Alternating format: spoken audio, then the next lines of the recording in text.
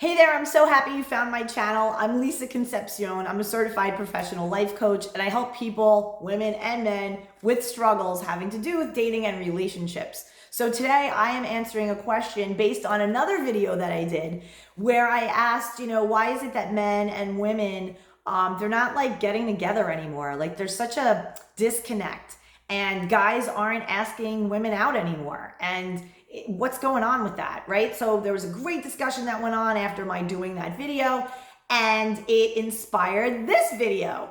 And the question, which is very simple, is, Lisa, why are women so angry and bitter and triggered when a man just gives them a nice compliment? Like, we can't even talk to women anymore, men say. We can't even open up a conversation.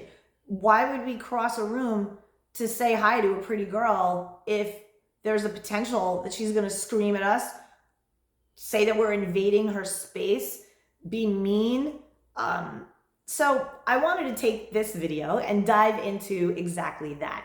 And so I'm going to preface this by saying that a lot of the information that I'm going to share with you is going to be pretty hard-hitting, and you're going to probably see my personality change as the content of this video unfolds. And that is because I am committed to truth. I am committed to truth. I am operating in my life under natural law, which means I abide by the laws of my creator. Yes, I am in a society that also has man-made laws, and in my future content, I'm going to dive into all of that. But I try my best to seek truth, to ask curious questions, to have the hard conversations, and to just put out thoughts and ideas of what I've researched and really the things that are occulted or hidden from society, purposely to enslave us. So let's begin by exploring this question: why are women so angry and bitter and hateful towards men? So the reason is, in a nutshell, is that for many, many, many, many years, I'm saying probably the foot on the gas started to go down hardcore on this was in the mid 60s. So in the mid 60s, we saw the birth control pill, then we go into the 70s and we see Roe v. Wade, and people in America with this whole thing of having abortions and all that as a form of birth control, right? There are deeper, sinister reasons for all of that, and it was all rolled out in the late 60s. Okay, so I was born in 1971. I'm 51 years old, so I was a little girl during this major cultural revolution that was happening. I did not know life before 1971, obviously, so I can only speak to my experiences growing up as little girl in the 70s, teenager in the 80s, and then college age and beyond in my 20s, etc., up until now. So what has happened in addition to that was in the 70s, we also had cable TV. And that was a game changer because little kids like me can then be programmed through the media, having way many different channels to look at, right? And way more different opportunities through commercials and advertising and all of this to mind control the masses, starting with the little kids and working their way up. So once that form of mass media happened, it trained society to think in a certain way. And this has been going on ever since, right? It's been going on ever since. The propaganda has been going on in the world for forever, through print, through radio, through whatever. So this was just another way to mass program people. And now who's doing this though? Right? That ends up being the question. Like, okay, Lisa, I get it, but like, what does this have to do with why women hate men? Well, because you have to understand the whole origins and historical background that got us here. So the other thing that happened in the 70s was that divorce skyrocketed. Divorce skyrocketed. So we can draw some conclusions, right? We can connect some dots, if you will. People who are very high consciousness, they can see different things that happen and be able to make these connections between them. So the connections that I made was, well, my parents got divorced when I was 3. And the reason for this was because the way the economics in the early 70s shifted was that they took the dollar off of the gold standard and they made it fiat currency. You can research this whole thing, it exists. Okay, so what that did was it shifted the economy and how we view money, and inflation happened in the 70s. There was this big, massive upheaval, if you will, about money, how we got it, what things cost. It was almost like what we're experiencing now. See, so like when we don't get it the first time, it comes back like 40 years later and punches us in the face and kicks us in the ass. So I lived, albeit I was a little girl, I lived through gas shortages. I remember waiting in my dad's like 73 Caprice Classic giant boat-sized car for gas. I remember my grandfather's, what did he have, a 71 Monte Carlo, and we were like sitting there waiting for everybody online to get gas, right? And prices went up for everything. So I have been this before, I have seen this before, but I was little. Okay, what else happens? When that happened in the 70s, divorces went up because people started to fight over money. Families no longer were cohesive and partnered, and people weren't into the value, the morality of commitment. You stay in a marriage and you work through problems and you have family and children, and yeah, you're not going to all get along all the time, and yeah, you're going to have issues and stuff, but you cope and you come together and keep that family solid. That value started to shift. And what happened was we started to see families fall apart because the way the economics was set up was intended to break apart women and men. It was manipulation. It was made to be that way. So women and men had to work, which isolated the kids, which I was one. My parents got divorced when I was 3. My mother had to work. She started working when I entered the slave institution of public education. So here I am going to school and being indoctrinated. Yes, even in the 70s, that happened, not as much as it has since the 90s, but it happened for my generation as well. And I started to see mommy goes to work. Mommy makes money. Mommy can buy me things. Mommy can have independence. Isn't this amazing? Mommy went and bought her own car. Mommy can have things. So this is entrainment for materialism, right? So what does this say to me as a little girl? Well, I better do good in school so that then I can go to college and I can get a job like mommy, and I can even make more money than mommy. See how it is? Like money becomes the religion, and it's all engineered that way, right? Right now, the number one religion on earth is money. Money. We are run by it, right? Every conversation that guys have with me when I coach with them and I try to help them to really zone in on, attracting feminine women who are going to elevate them and make them feel more full, like as a man, a protector, a provider, somebody who could, you could have collaboration with, you could grow with, you can become more elevated of your consciousness with, right? This is the real union of man and woman, that masculine and feminine, and how yummy and delicious it is when it is cohesive and together. It is a bond that is incredibly strong, moral, and just for society. So like when men and women are operating at their fullest potential, at their greatest level of consciousness, right?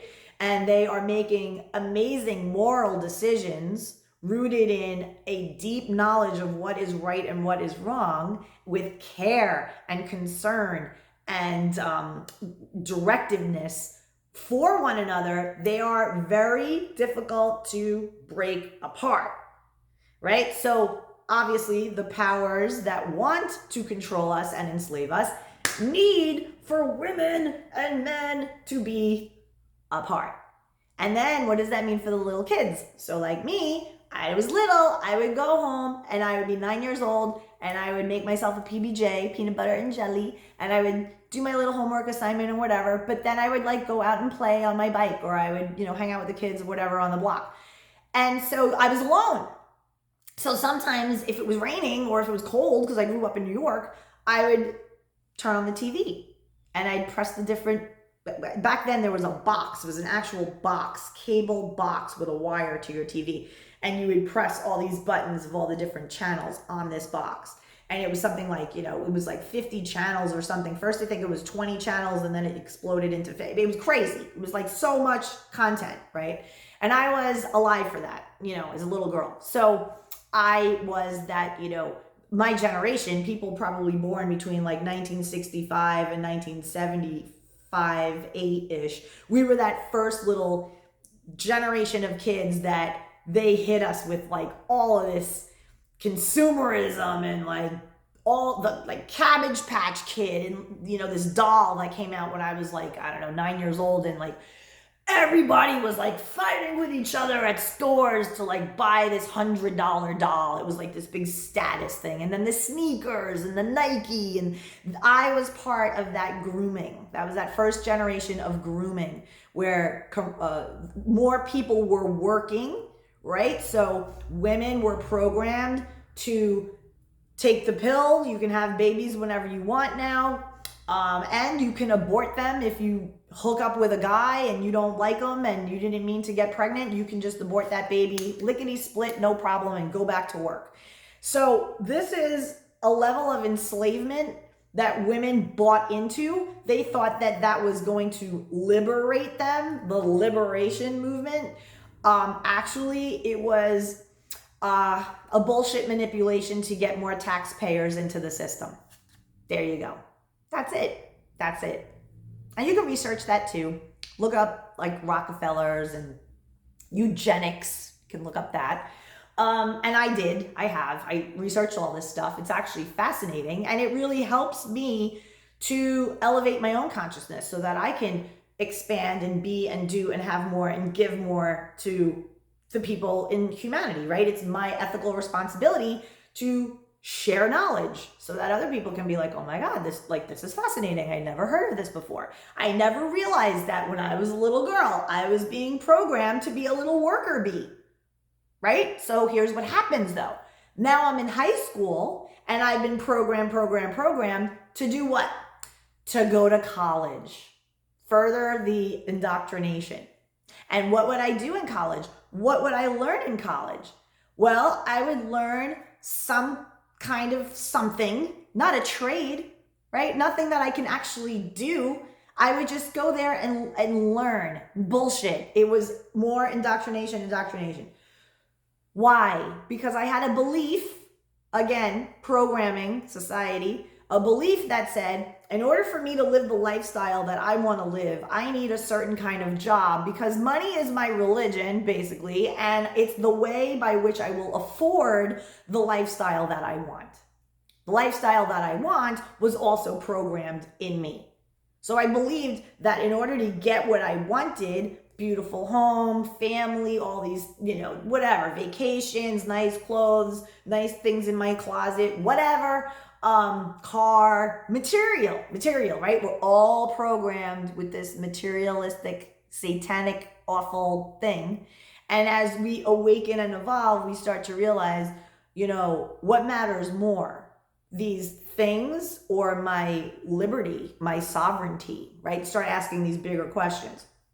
So you see me now, I'm in this this house, and I will say to you confidently that in order for me to give this up, I will have to be taken out of here dead.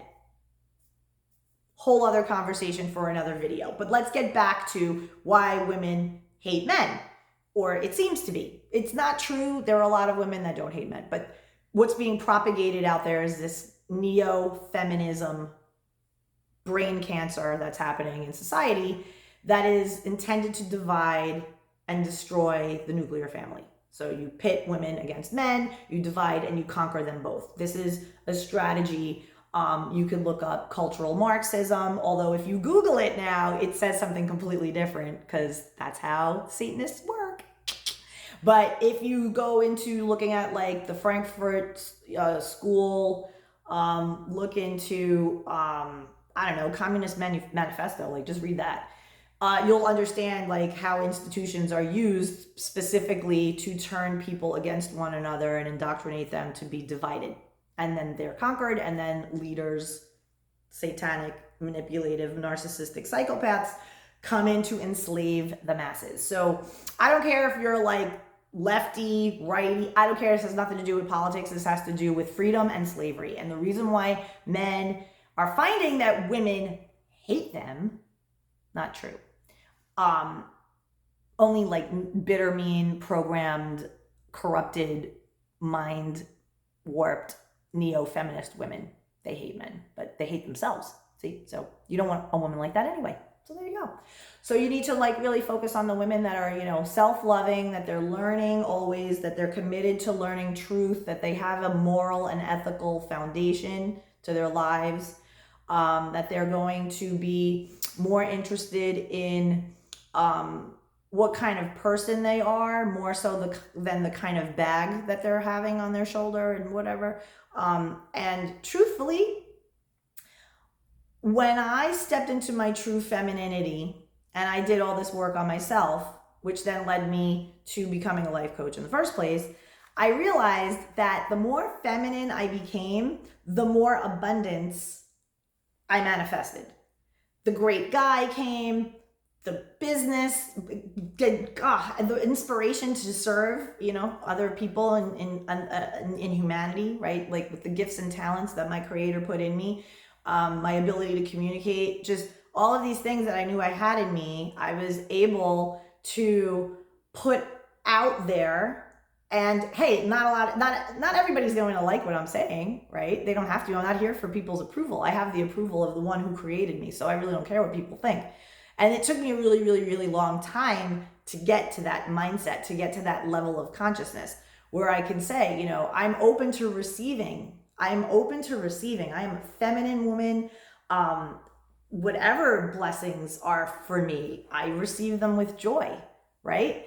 I don't have to push and fight and be in a rat race to get the things that I want. And that's what these maniacal satanic people have entrained or programmed an entire, I'd say like 2 generations of people to believe that we need to get up in the morning and go to a place where we work, where we get money, again, money, and then we can buy all these things.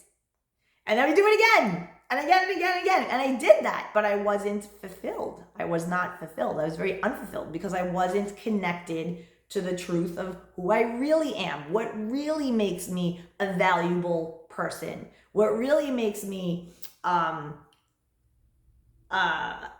tool, a light to shine as you are, a light. You shine your light out in the world, and then it impacts other people from the form of energy. So I am part of my accreditation is that I'm an energy leadership master practitioner. So I love the work I do because I can teach people how to manipulate energy within them through their thoughts, their emotions, and their actions so that they can meet the right people and they can line up with the right opportunities for abundance and work that fulfills them, right? So once that happens, and yes, we need money to pay for things. And hey, there are a lot of people out there who will say like, you know, we've been so programmed to be, you know, consumers that it's our religion, and and we're easily manipulated by it, right? So we saw this a lot in 2021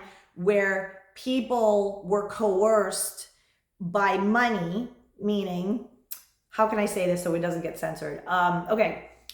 Something happened in 2021 where people wanted us to have some kind of medical thing that was put in our bodies. And there was a lot of coercion around it. And coercion is another violation of natural law. And the way that they coerced many people was to say that their livelihood, their means by which to get money to pay for their livelihood, their lifestyle, food on the table, things that they want, was going to be negatively impacted if they did not obey and get this procedure. There, I hope I said it so you know what I meant. That is a form of slavery. That's coercion. That's a form of, a master class, a master, call it presidents, call it pharma, whatever you want to call it. There's an appearance, a false manipulation that these people are up here and they want to keep you safe. And so you have to be keeping safe, fear, safety. So do this or else. And so that is a perfect example of mental manipulation by psychopaths. And, it feeds right into the whole programming of why it seems as if there are women out there encouraged to hate men. So when you are out there and you're dating and you're trying to like where do I meet good women? I'm a good man. I'm a nice, masculine, old school man with good values. And, I don't even want to bother anymore because, I get a lot of guys on my videos and, they'll say like, I don't even bother with women. I don't even date. I do nothing. I opted out. So that is giving in to the exact master slave arrangement that they want us to have. And it is more rebellious. It is more rewarding. You will feel better if you, I wrote this down, so I'm just going to kind of read it off the thing because I thought it was pretty poignant and I thought it was the way to say it very succinctly. So if we're all being called to save society, there is no government leader, no one who's going to save us. We are not getting out of here alive, and no one is coming to save us. We are all adults and we are all sovereign, and it is up to us to release ourselves from the chains of this evil manipulation that we've been under for decades.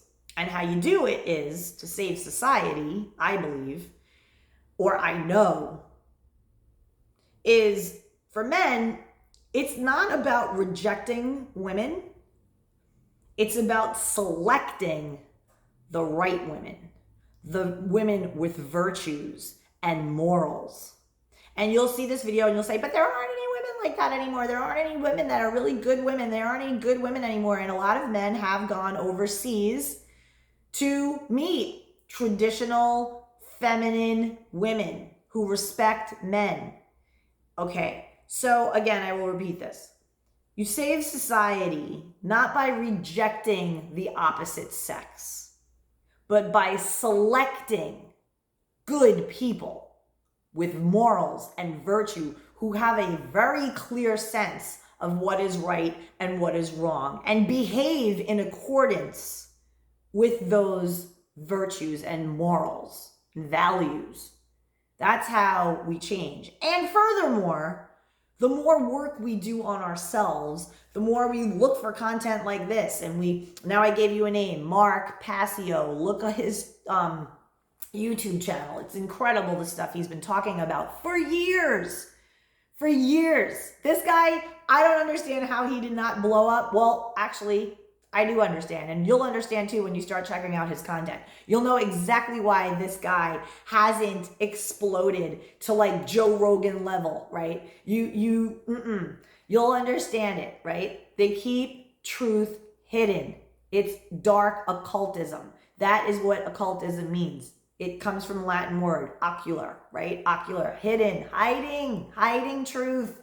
So it's up to all of us to discover that truth first within ourselves. And trust me, as you start to get connected to yourself more, to heal the things that happened in your own life that hold you back, you will then be pointed and inspired to seek truth in general. And when we commit to seeking truth and we see it and we speak it, that is how we save society. If we continue to be blindfolded and our head in the sand and our head up our asses and we see what's going on, but we continue to obey, okay, I'll keep wearing my mask. Oh, okay, you want me to have 46 boosters? Okay. Oh, you want me to eat this shitty food that has whatever in it that I don't know? Okay. No. When we start to claim our sovereignty and we start to say, hey, wait a minute, I wasn't put here by a president. I was put here by my creator. And there are certain things going on that I don't like. And I'm not buying into it. I am not allowing it. And that's when you start to monitor the type of TV shows that you're watching, the type of information you're consuming, the type of music you're consuming. And you start to go and spend more time looking at other thinkers and other researchers and people who have been diving into discovering truth. And then you can search your own soul and you can be with these bits of information and you can be like, wow, this makes a lot of sense. Like, I don't know why, but I feel it in my gut, in my pit, that there was some manipulation going on in the 70s and 80s and in the 90s. And it led us to where we are now, where men and women are deliberately being pulled apart. If you do some research, you will find out that in Japan, there is this rise of asexuality, meaning no interest in sex at all. We see a lot of that happening now. We see a lot of men and women not even caring about having sex, or having sex because it's a misappropriated release of energy. See, energy. I understand energy. And so they're having sex without intention. They're having sex without soulful connection. It's just a release of energy because they're not doing the work to release and move that energy in other more constructive ways. So anyway, I'm happy that you found me, and I'm hopeful that this information served you well. And keep searching for truth. Subscribe to my channel. I'm going to be preaching truth all the time. You can look at my past videos. I have a lot of stuff on there about dating and relationships and narcissistic abuse and recovering from codependency and all kinds of yummy goodness about getting over breakups. So if I can help you with any of that, feel free to reach out to me at my website, LoveQuestCoaching.com. Click below in the description. You're going to see a bunch of ways to get in touch with me, and let's connect, because I'm happy to help you, and I'm happy to help you discover the truth that exists inside of you. You are a badass. Talk to you soon. Bye.